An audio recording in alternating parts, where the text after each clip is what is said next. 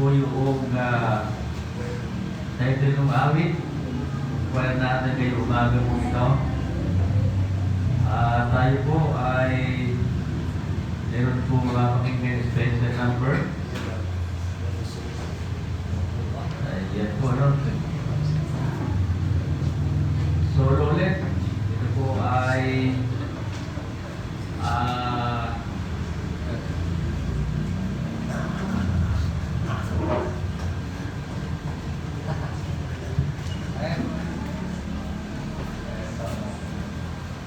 nauho yung mga bayad natin. Ayun, no? Sige po, tayo ay habang nagre-ready po yung ating special number ay salamat tayo sa Panginoon. Ngayon po, baga po ito. Ngayon po ay Valentine's Day, hindi ba alam? 14 kasi. July 14.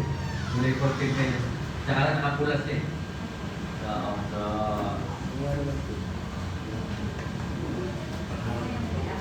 Okay, so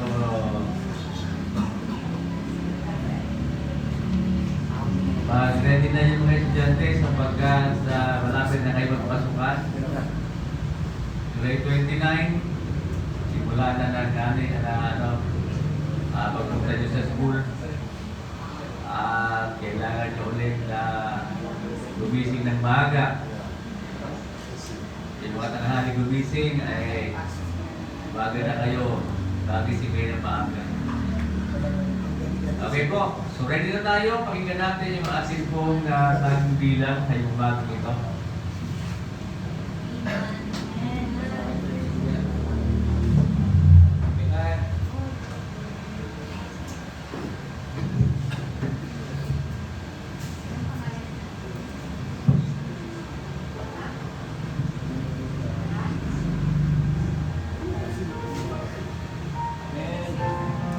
Title ko lang ang original is Father Forgive Me.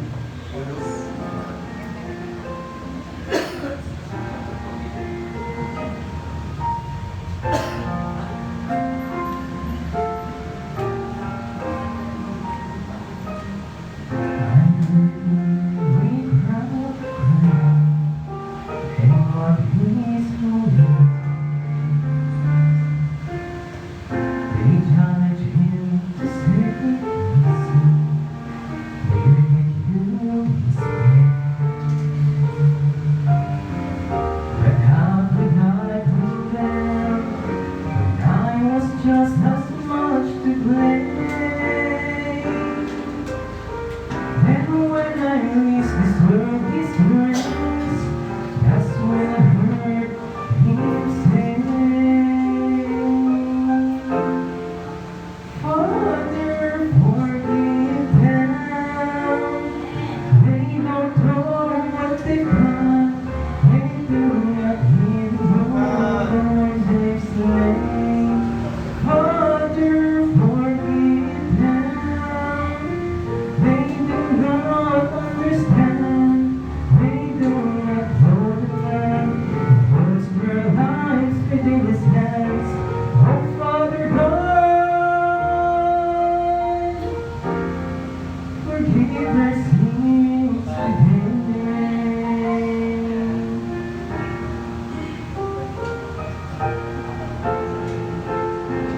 Let's and wash my sick soul. His grace embrace my brokenness until my heart was whole. For with His precious blood, He paid all we could pay, and spoke those healing words of love that only He could say. Father, forgive them. They don't know what they've done. They do not even hold on they've slain. Father, forgive them. They do not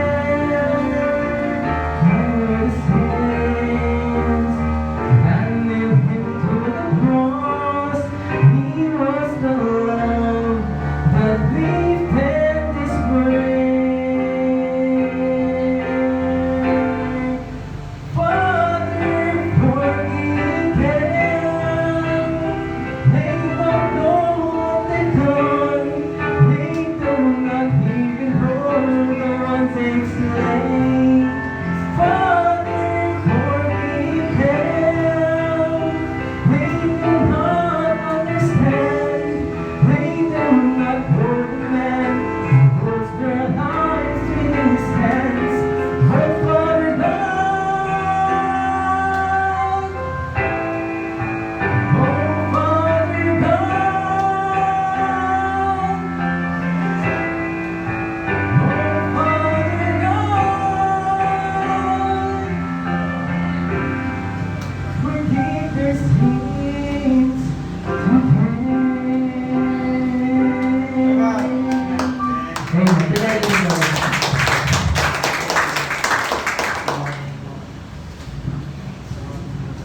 Lord. Hello. Pag-aralan po natin ang unang wika ng Panginoon. Father, forgive them for they know not what they do. Kasi ayan tatlong tuti. Talagay na rin tanong. Ngayon po ay tayo sa paksa natin sa ating pong mensahe na galing sa Panginoon. Dito po ay mabasa po natin sa Ephesians chapter 3 verse 8. Sa talata lamang po yung ating pong babasahin.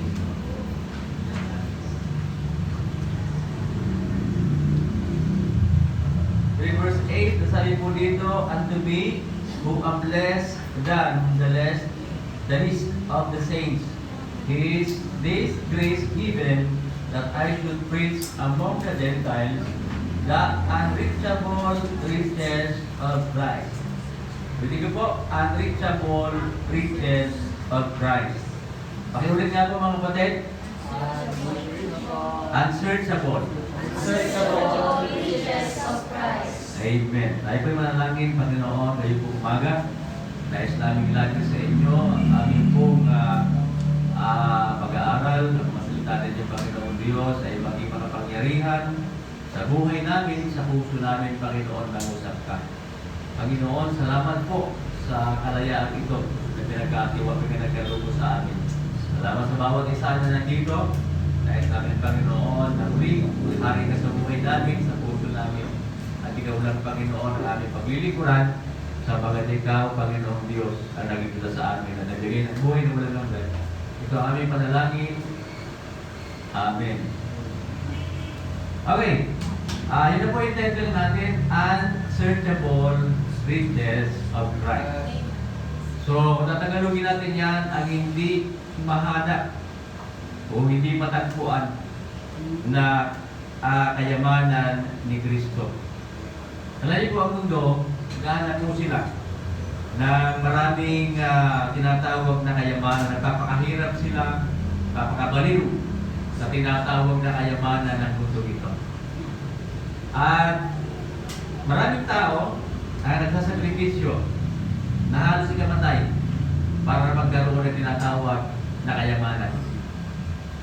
At yung iba ay, alam nyo na, nandadaya, nagawa nila yung ka-illegal para yumaman, para magkaroon sila ng maraming salapi, maraming ari-arihan.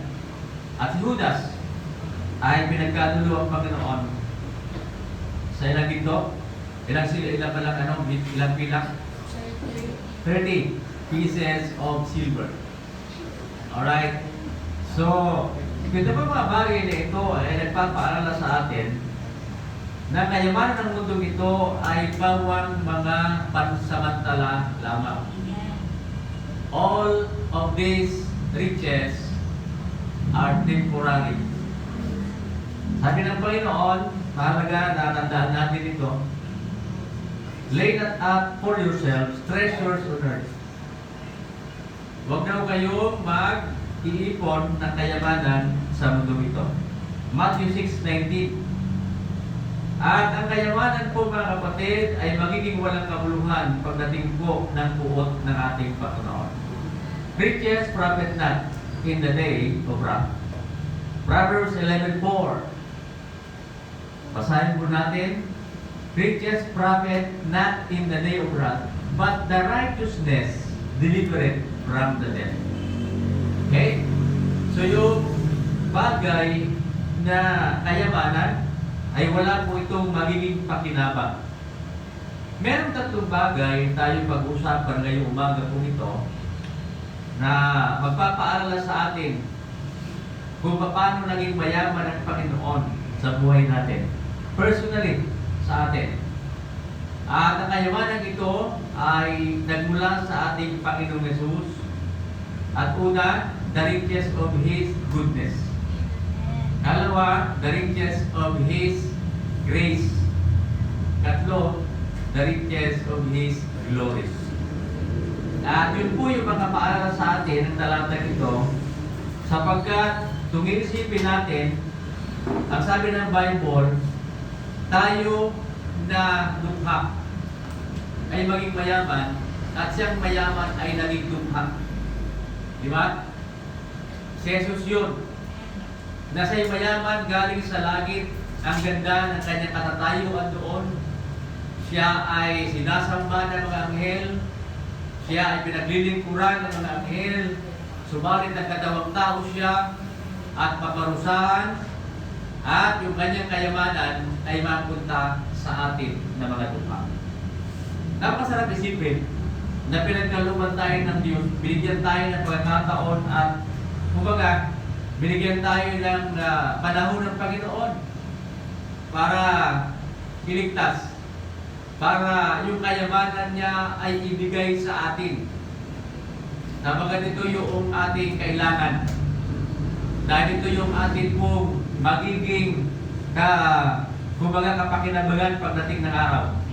Kaya ang sabi ng Bible, riches profit not in the day of wrath. So lahat ng ito, kung meron ang tao, merong naipon na maraming mga pera, maraming ginto, lahat ng yan ay mawawala. Lahat ng yan ay magiging walang kabuluhan. Kaya nga kung maalala natin yung kwento sa Bible, yung isang binata, inipon niya lahat ng kayamanan niya doon sa kapalig. Lahat ng kailangan niya nandun na. Habang buhay siya, na magiging, wala lang. Kung saan siya pupunta, lahat ng gusto niya pwede niyang gawin. Hindi siya magtatrabaho sabagat meron na siyang pagkain, lahat na niya na. Diba? Pero sabi ng Panginoon, sabi niya doon sa sarili niya, ayos na, okay na ako.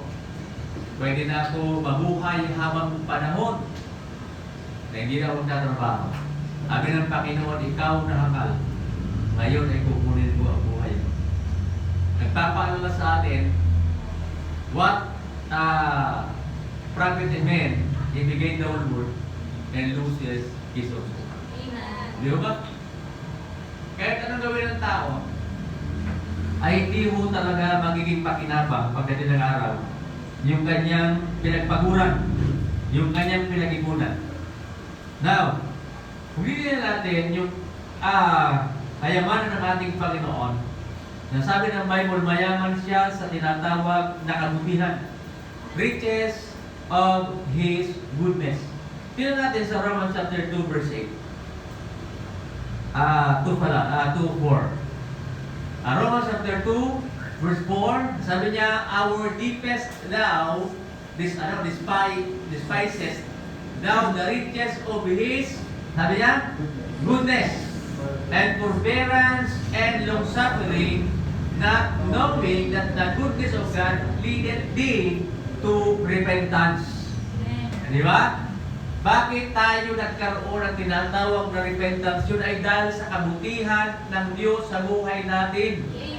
Binigyan tayo ng pagkakataon ng Panginoon para pagsisihan ang ating mga kasalanan, sapagkat yun ang nagiging hadlang upang tayo po ay makalapit sa Panginoon. Ang kasalanan ito yung umalipin sa atin ng matagal na panahon.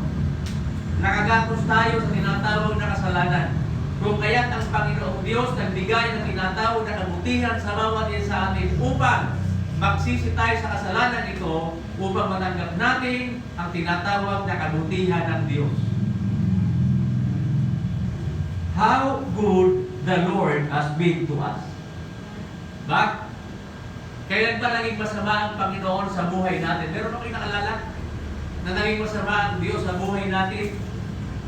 Hindi po siya magiging masama sa buhay natin sabagat hindi po siya ang masamang Diyos. Siya ay Diyos ng kabutihan. Siya ang Diyos na nagmahal sa atin. Siya ang nagbigay sa atin ang buhay na walang hanggan. Ang Diyos na ito, na mabuti. At ang Panginoong Diyos, sabi po dito, He has given us life with all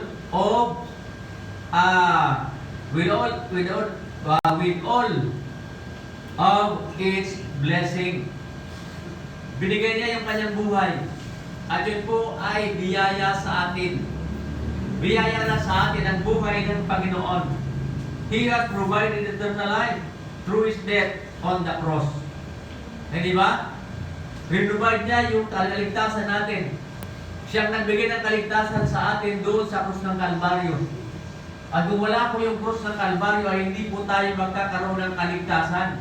Kung hindi po namatay ang Panginoon, hindi po siya, hindi niya dinala yung ating mga kasalanan doon sa krus ng Kalbaryo, at hindi po siya nabuhay na magulit, ay wala po tayong kaligtasan, mga kapatid.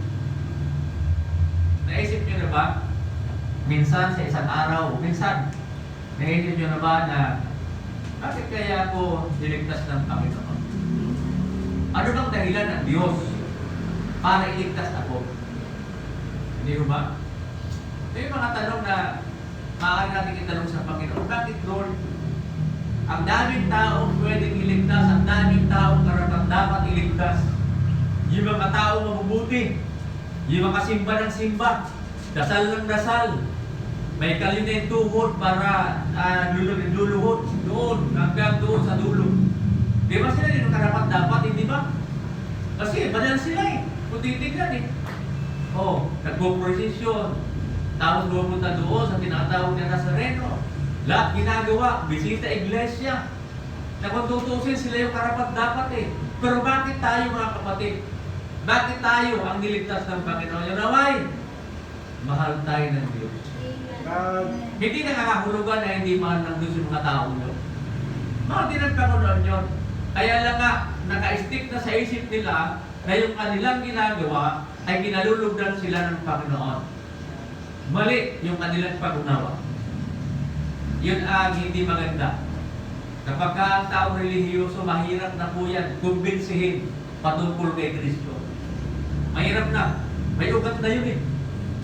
Nakaugat na yun. Dahil yung mga matatanda, na magmula ng bata, nandoon na siya. In-observe niya lahat ng mga ginagawa niya sa church. Naging sakristan siya. Lahat ng mga ginagawa ng pari, lahat ng mga ginagawa, nagkaroon pa sila ng mga patuturo ng katekista. Bakit yung katekista? Ang ginagawa ng mga Katoliko, catechism. Meron pa sila mga tinatawag na marriage for Christ. Lahat ng ginagawa nila sa pagkakaalam nila na ang Diyos ay nalulugod sa kanilang mga ginagawa. Pero hindi po eh. Na ginalulugdan nila ng Panginoon na ginagawa ay yung ginagawa na kalooban ng Panginoon. Doon nalulugod ang Diyos. Kung anong kalooban ng Diyos ang ginawa natin, yan ang ginatutuwa ng Panginoon. At mga kapatid,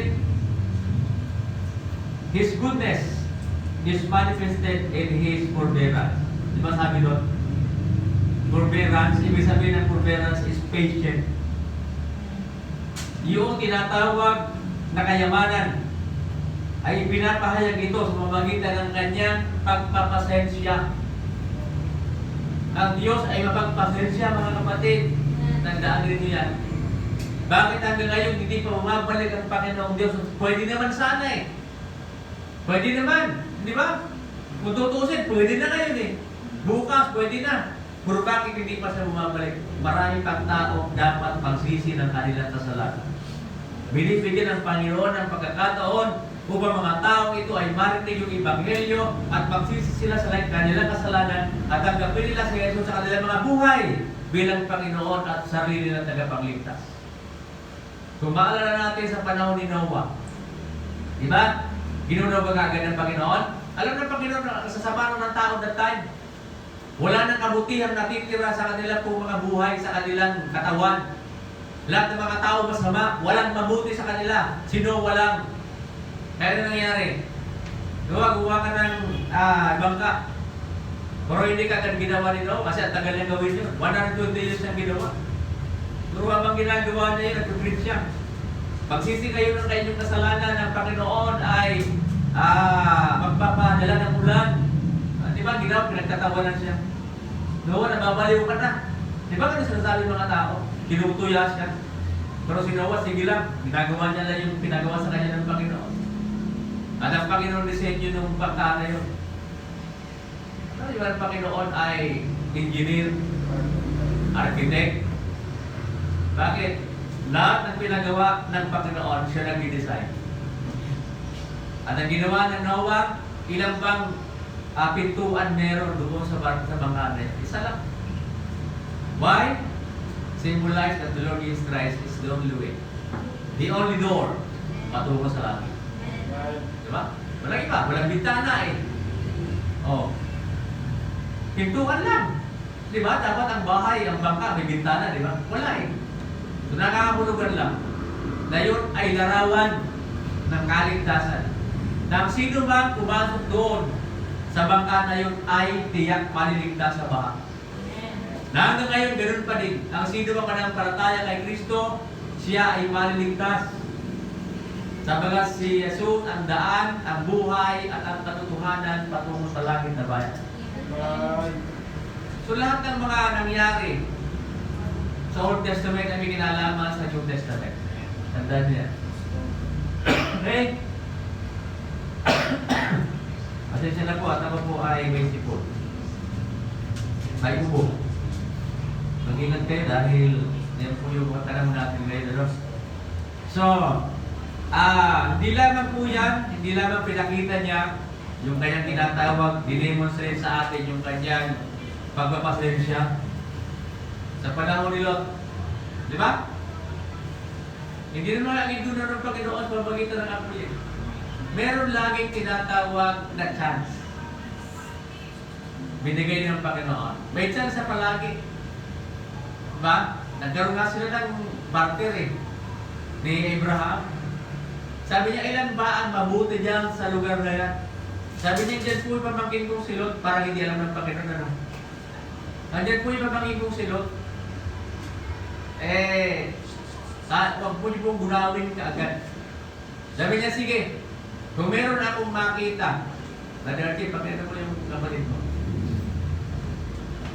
Kung meron akong makita ang labing, ilang yun? 50 na matuwid yan, hindi ko gugunawin yan. Wala akong Panginoon eh. 45, hanggang naging 5 na lang yata o 10. Sabi niya, kung meron 10 dyan, hindi ko gugunawin yan. Panginoon, wala eh. Kung meron, sige. Wala pala eh. Pero kung nagkataon na may 10 doon, hindi ko gunawin ng Diyos yun. Alam bakit? Kasi yung 10 na yun, ang magiging pattern nila para magsisi ng mga tao nito. Tama, di ba? Talagang na po ang kasalanan doon sa lugar na yun eh. Yung kabaklaan, yung lahat ng tinatawag na kalatsuaan na doon. Kaya ang Diyos ay napuot, sabi nga, sumisigaw na ang mga taong ito ng kanilang ginagawang kasalanan ay sumtulan na at umabot na sa akin. Sabi ng Panginoon. Di ba ang habang ng Diyos na doon palagi, di ba? Kasi, ang matutusin, isang ilap lang, wala na yun eh. Kasama si Lot doon eh. Kung hindi ginawa ng Panginoon. Sa panahon ni Jonah, di ba? Pinasal ko lang po sa inyo mga kapatid para makita ninyo yung senaryo sa panahon ng Old Testament. Ano ba yung kwento kay Jonah? Hindi ba? Dapat yung lugar ng Ninive, ano na yun, i-wipe out na ng Panginoon yun. Kasi makabayo din yung tao doon. Wala na ano doon eh, wala mabait doon eh. Wala. Lahat kriminal. At ang kwento pa nga, ayon sa mga historian, yung mga tao doon, kapag pinaparusahan nila, tinatali nila yung kamay, paa, 2 kamay, kabayo 4, paghihiwalayin yun, hanggang magutay-gutay yung katawan ng tao. Pero sila kabayulente. Tapos yung parusa nila, hihiwain nila yung soul na ano natin, yung sa paa, yung pinaka-soul doon, yung talampakan. Babalatan yun, tapos patatakbuhin ka doon sa dalawang pasigan. Ganon sila eh. Tapos yung bata, ihahagis na gano'n, tapos tutusok ng gano'n ng espada. Gano'n sila eh. See? Di ba? Gano'n sila kabibigyan. Kaya ayaw pumunta doon ni Jonah eh. Dahil gano'n yung mga tao doon. Ayaw niya.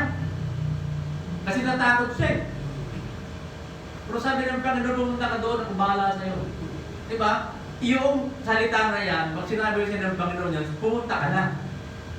Wala kang problema eh. Kasama mo ang Panginoon eh. Hindi ba? Buti lang sinabi na, pumunta ka doon, bahala ka sa buhay mo. Ba? Eh kahit ako, nagpupunta doon eh. Hindi ba? Pero lahat ng pumad ng Panginoon, palagi siya nandoon. Kay Moses, hindi ba? Naalala niyo? Punta kay Faraon, pumunta ka doon, sasamahan kita doon. Hindi pa kumurong salita ng Panginoon. Sino ba gumawa ng bibig ng tao? Hindi ba ako? Kaya nga sa sobrang ni Moses sa mahiyain eh. Yung kapatid niya lang ginamit, si Aaron. O Aaron yung Aaron, kung lang Aaron na sa ulo ng kapatid mo eh. Di ba?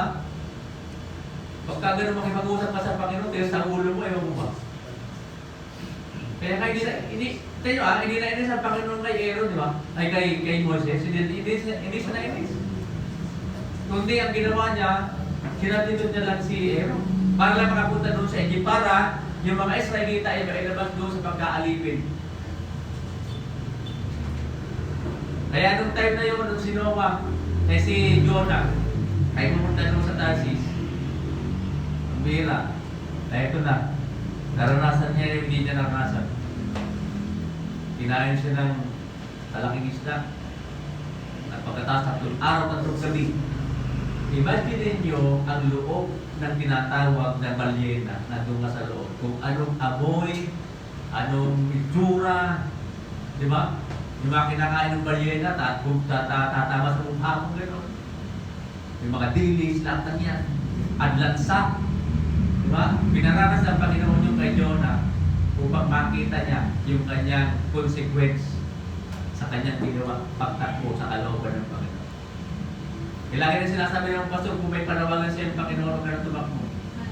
Wala ka rin pupuntahan eh. Babalik ka din. Sinayang mo lang yung mga panahon na magtakbo sa Panginoon, babalik ka rin sa Diyos.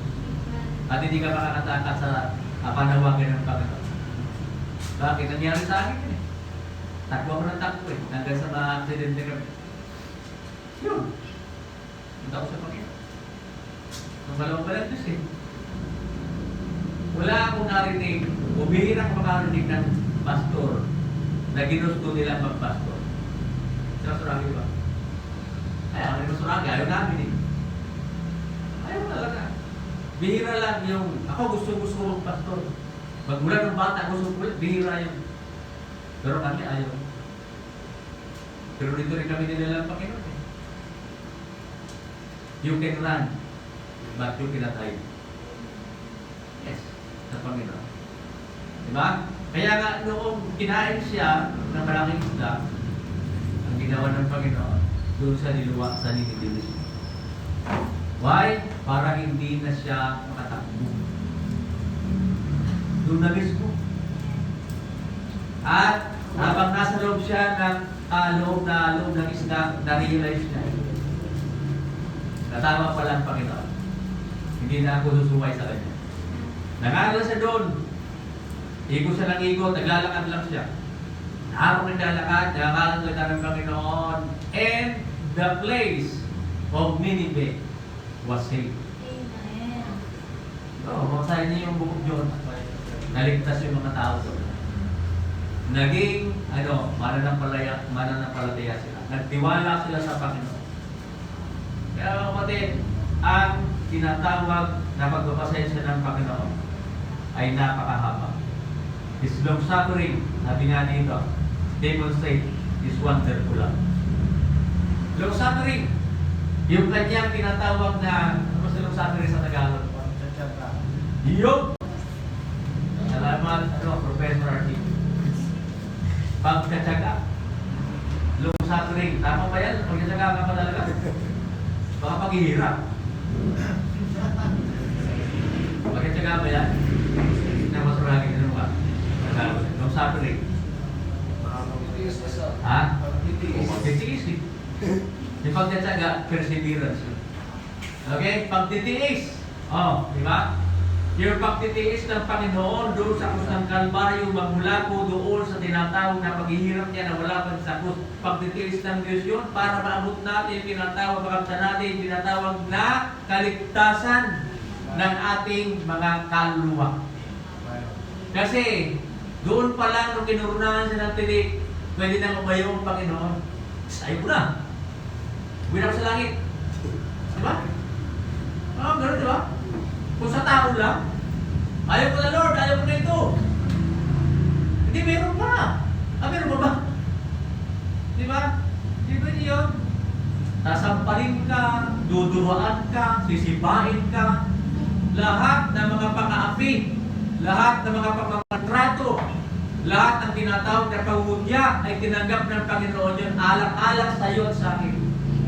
Lahat ng kahihiyan, mga kapatid. Tandaan yan.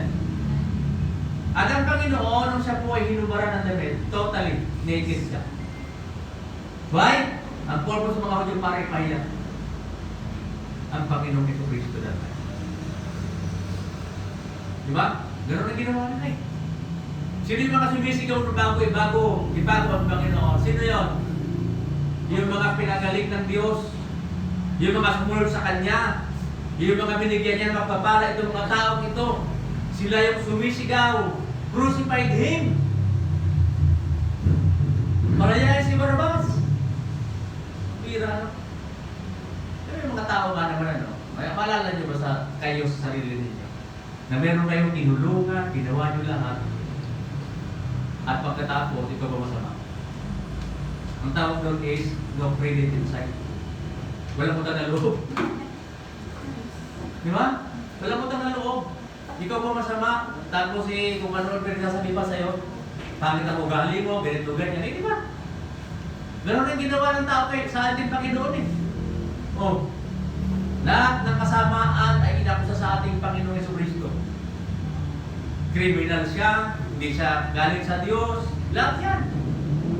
Pero lahat yung tinanggap ng Panginoon. Na walang anumang galit sa kanyang puso. Kaya di ba sabi ng kanta, forgive them, for they do not know what they do. Ama, patawarin mo sila dahil hindi nila alam ang kanilang ginagawa. Sipin mo na sinabi ng Diyos yun. Alam niyo mga kapatid, na totoo lang, kahit nasa krus ng Panginoon, pag-ibig pa rin ang humihirot sa kanyang puso. Dapat tayo ganun din. Kahit may mga gumawang masama sa atin, dapat pag-ibig pa rin ang humihirot sa atin sa mga tao ito. Sapagkat sabihin natin sa kanila, hindi nila alam kanilang ginagawa. Kasi darating yung time na marirealize nila. Kaya pag gumawa tayo ng tama sa kanila, ng mabuti sa kanila, mapapahiya sila sa sarili nila. Ginawa ko ng masama, tapos ginawa pa ako ng mabuti. Kristiyano lang pa gumagawa niya. Hindi magagawa na ng believer. Kalawa, the riches of His grace. Yung tinatawag na biyaya ng Panginoon. Grace. Biyaya. Ephesians 2:7. Dahil pakilagay ito. Ephesians 2:7, Efeso, Kapitulo 2, talata 7. That in the ages to come, He might shew the exceeding riches of His grace and His kindness toward us through Christ Jesus. Yan po ang kayamanan, tinatawag na biyaya ng Panginoon.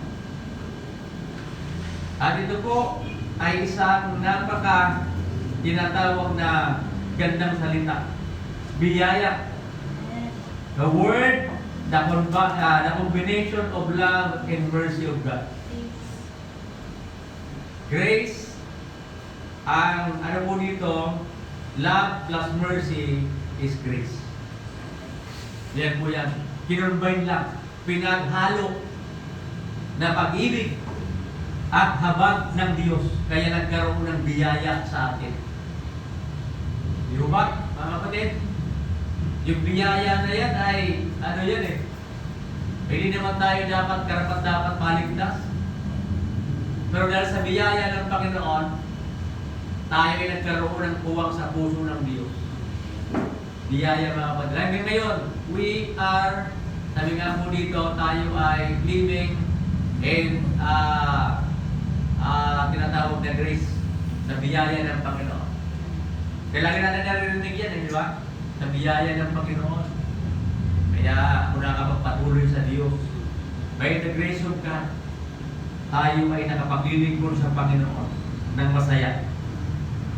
And, sabi po dito, the word that invites sinners to Savior to be cleansed and made whole. Ang salita daw po ng biyaya, ito po ay nagpaanyaya sa mga makasalanan tungo sa tinatawag na tagapagligtas upang malinis ang kanilang kasalanan at maging buo sila. Bakit buo? Kasi sinira ng kasalanan ang buhay ng tao ito. Tayo, sinira ng kasalanan yung buhay natin. Nung lumapit tayo sa Panginoon, naging buo na yan. Binuo ng Panginoon. Kaya salamat sa Diyos, purihin ng Panginoon. Dahil ngayon, hindi na po sira-sira yung buhay natin dahil sa kasalanan. Sapagkat yan po ay pinatyaga ang buhay ng Panginoon. Napakaraming tao sa mundo, napakaraming Kristiyano. Hindi ko alam kung paano binuo ng Diyos yung mga buhay ng tao ito. Babalikan natin si Brother Benzo, yung kanyang buhay, di ba? Hindi ka aya-aya sa paningin ng Panginoon. Nabuhay siya ng gano'n, di ba? Napakahirap eh. Akala ko ako na rin ang matinding naging nag-aadik eh. Si Brother Benzo din pala. Nagsama kami dito. Buti din tayo bro? Dami. Kasi ako, gusto ko eh. Malaya siguro, kadyari tayo mabira, no? Sarap sana ng dyari, no? Mabira. Talagang walang humpay na dyari yun. Ano? Ibang klase ang biyaya ng Diyos, no? Siyempre po dito kayo makita. Oo. Ewan po kung kami ganyamin kami dito, baka dandanan lang kami ng dandanan dito maglabang. Wala mong pinagwentuhan, tawa na, ano? Hira yan. Okay? Pero ayun mga kapatid, sa totoo lang, mas matinding naranasan niya kay sa akin. Ako hindi ako nakatulong sa kadalasanan. Hindi ako kumain ng pagpag. Yun ang naman ang advantage ko. Sikat. Oo.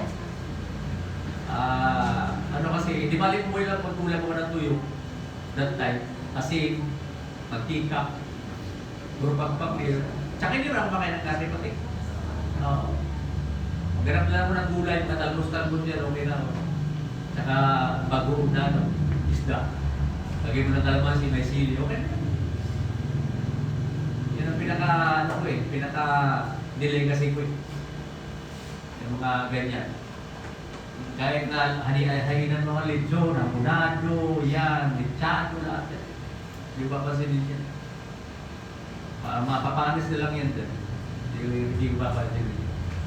Masarap. Kaya sa bahay may variety kami. Pag nagluto ng karne yan, luluto ako ng gulay sa ako sa sarili. Gulay lulutuin ko. Yan. Eh sila naman, puro karne yung mga yan. Ako lang nag-gulay yung bahay. Kaya lang ako minsan. No? Napakabuti ng Diyos, di ba? Mabiyaya siya. Iyan kasi ang karakter ng Panginoon. Karakter ng Diyos yan, hindi makakastan niya yan. Opo. So, grace receive or rescue and receive those who are dead in sin. Sabi sa Bible, tayo daw po ay patay sa kasalanan. Ephesians chapter 2, verses 1 to 3. Okay? Ganyan po paano tayo na-rescue ng Panginoon. Yung salita, rescue ay hinango. Diba? The-rescue. Hinango. At tinanggap. Okay? And you have, sasabihin dito, and you have quickened who were dead, sabi niya, trespasses and sins. Verse 2, wherein in the time past you walked according to the course of this world, according to the prince of the power of the air, the spirit that now worketh in the children of disobedience, And verse 3, among whom also we all had our conversation in the time past, in the lust of the flesh, fulfilling the desires of the flesh and of mind, and were by nature the children of wrath, even as others. Yan po ang buhay natin dati. Lumalakad tayo, tinatawag sa laman. Lust of the flesh, sabi diyan.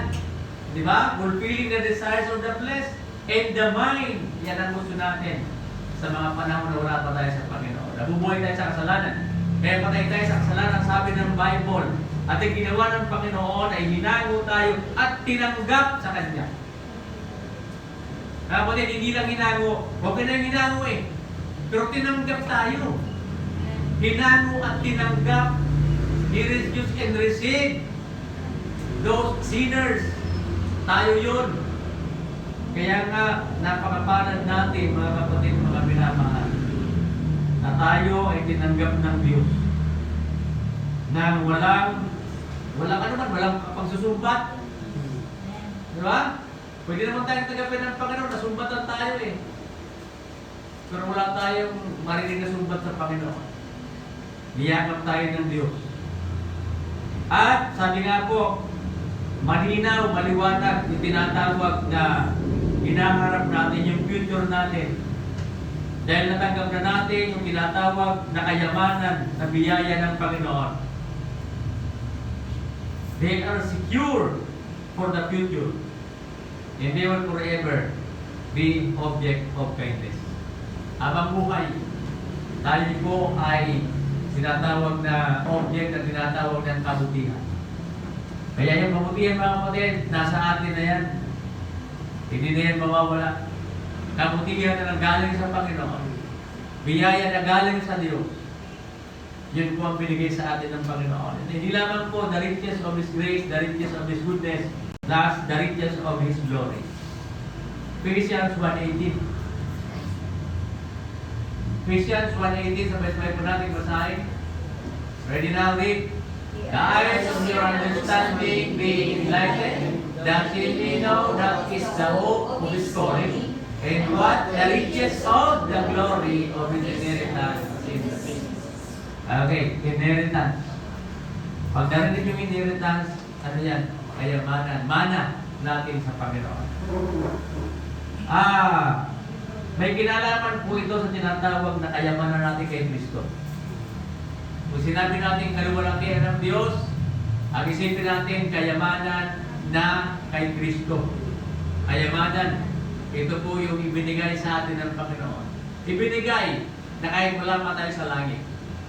Binigay na sa atin ng Panginoon. Yung kayamanan, inheritance na yan, mga kapatid. Alam niyo ba na ang inheritance ay pinag-aawayan ito ng mga kapatid? Halimbawa, may lupa. Di ba? Pamana. Pag-away-awayan yan. Kung bakit mas malaki sa'yo? Bakit pintugan niya? Nakakuha ka ng ganito. May dimandahan pa yan, ha? Nagpapatayan pa nga eh. Dahil sa lupa. Ganyan dito, mga kapatid. Pero, tayo, wala tayong pag-aawayan pagdating sa inheritance, mga kapatid. Dahil tayo ay makakamtan natin ang mana na ito na galing sa Panginoon. Hindi mo pwede sabihin, Lord, unfair naman yan, kundi sa, hindi, lahat nga sa inyo na lahat yan eh. Sabi ng Panginoon, o sige, ano yung mga ginto na yan dyan, sa kalsada. Sa inyo lahat yan eh. Paano mo sasabihin na unfair? Eh sa inyo lahat yan, wala mong ginati ang Diyos eh. Sa atin lahat yung kayamanan ng Panginoon. Hindi ba? Sabi nga po ng Bible, we are heirs of God. Joint heirs. Heirs po basa dito. Okay? Romans 8:17. Tayo ay, sabi niyan, if the children, then heirs of God, and joint heirs with Christ, if so be that we suffer with Him, that we may be also glorified together. Pag sinabing joint heirs, mga kapatid, yan ay, kabahagi ng mana. Kabahagi tayo. Binahagi lang tayo ni Kristo, mga kapatid, mga minamahal. Siya ang mayaman. Ibinahagi lang sa atin yung kayamanan. Ang alam ko, kapag nakatanggap tayo ng kayamanan, tuwa-tuwa tayo eh. Di ba? Yung nanalo sa Itbulaga. Di ba? 30,000, tuwan-tuwa na siya eh. Sabi ko naman, gano'n, no? Oo. 30 bilang yun. Ito. Langit na bayan ito mga kapatid. Tila baga parang hindi tayo natutuwa. Di ba? Kaya ba? Ano ba? Bigla ka. Nakamanghayan mga kapatid. Di ba? Nakakabamayan ang kayamanan ng Panginoon. Akala mo ba, isipin mo na lang. Okay? Imagine mo lang ngayon. Imagine mo lang ngayon. Napunta ka ng langit. Okay? Yung imagine mo ngayon na iniisip mo, wala yan doon pag punta mo doon personal. Wala yan. Mamamangha ka. Okay? Kaya kung babalikan natin, yung creation ng Panginoon, mamamangha ka doon eh. Di ba kinamama sa creation ng Panginoon? Sa ibang basa mayroon tinatawag na Aurora Borealis. Alam niyo ba yun? Na pagka tinignan mo sa isang lugar na gano'n, napakaganda yung iba't ibang kulay. Talo pa yung rainbow eh. Iba't ibang kulay makikita mo gano'n. Tapos yung ano yun, Niagara Falls. Yung mga gano'n, di ba? Ang ganda. Pagdating mo sa ilalim, pinakailalim ng dagat, mga 3,000 feet. Iba-ibang creation ng Panginoon doon. Talagang kamangha-mangha yung ginawa ng creation niya. Kailan na sa langit mga kapatid? Mapatindi doon. Hindi sinasabi ko lang to, in-exaggerate ko lang. Kasi yun naman talaga yun eh. Pagdating natin doon sa tinatawag na kaharian ng Panginoon. Na kamangha-mangha yung mga makikita po natin doon sapagkat tayo po ay kabahagi ng kayamanan ito ni Kristo. We will receive the rich inheritance when our Lord returns. Tatanggapin daw natin yung ating pong mga tinatawag na kayamanan, yung bahagi sa atin ng Panginoon na mana. At ito po ay ipagubalik ng ating Panginoon Yesu Kristo. Romans 8:18.